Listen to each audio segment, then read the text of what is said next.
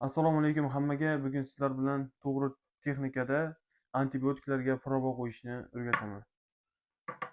Bizlarga kerak bo'ladi 20 kub Novocain kerak bo'ladi. Xabarchasini tushuntirib o'taman.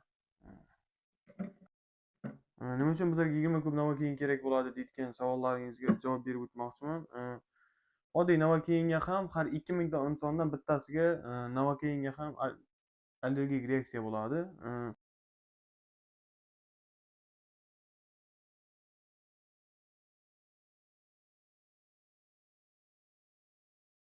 Biz Novocainni tortib olamiz shpritsga.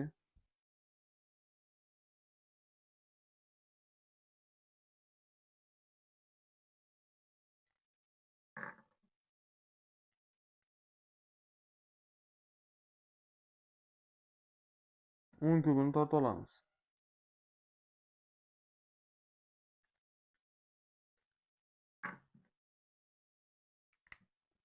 O'n kub Novocainni tortib olamiz.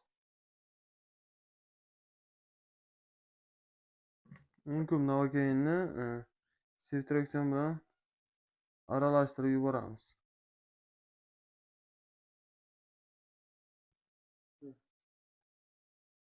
Ceftriaxon bilan 10 kub Novocainni o'zini aralashtirib yuboramiz.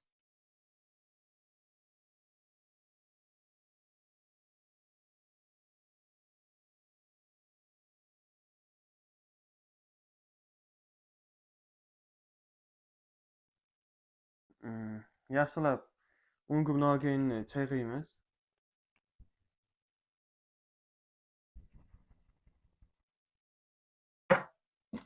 Ungacha bo'lgan vaqtda bizlar yana 10 kub Novocain tortib olamiz.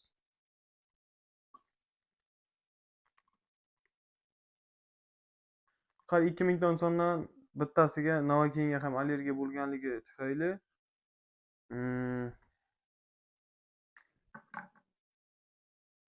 Novocainni o'ziga ham proba qo'yib ko'ramiz bemorlarga. Har 2000 ta insondan bittasida yoqmaydi Novocain ham. Shuning uchun Novocainni o'zini ham proba sifatida qo'yamiz. Sizlarga qonuniysini tushuntirib o'tmoqchiman. Qo'lni uch qismga bo'lib olamiz. Paxta spirt ishlatmaymiz deydi. Proba qo'yayotganda yo'q, paxta spirt ishlatiladi. Katta ob'yomda artib olinadi. Katta ob'yomda artib olingandan keyin spirt qurishini kutib turamiz. Novocainni o'ziga proba qo'yib ko'ramiz. Novocainni o'ziga proba qo'yib ko'ramiz. Novocainni o'ziga proba qo'yib ko'rganda limon shaklida ishirgancha ishira olamiz. Yana bitta yo'nalish bor. Terini ikkiz, har xilcha chiziqlarga bo'lib olib, qirib olib proba qo'yish bu qonunan man etilgan proba hisoblanadi. 10 kub Novocainga Ceftriaxonni eritib oldik. 10 kub Novocain, undan tashqari Novocaindan bundan 0,1 milligram antibiotikni qo'shib olamiz. Bo'ldi.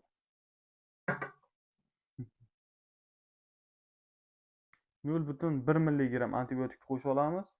Shunda bu proba qilish uchun tayyor bo'ladi.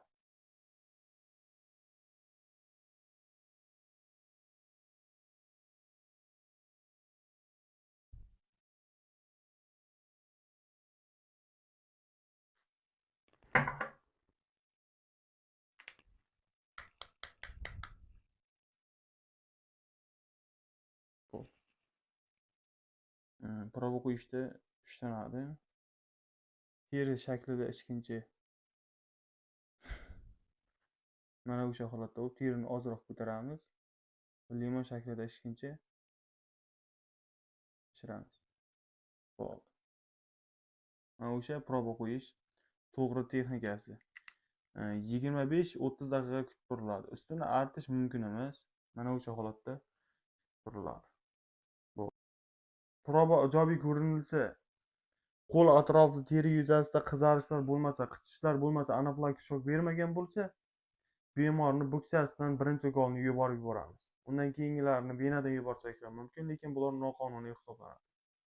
Buksasidan yuborib yuboramiz 10 milligram. Video like bosing, kommentariya qoldiring. Rahmat hammaga.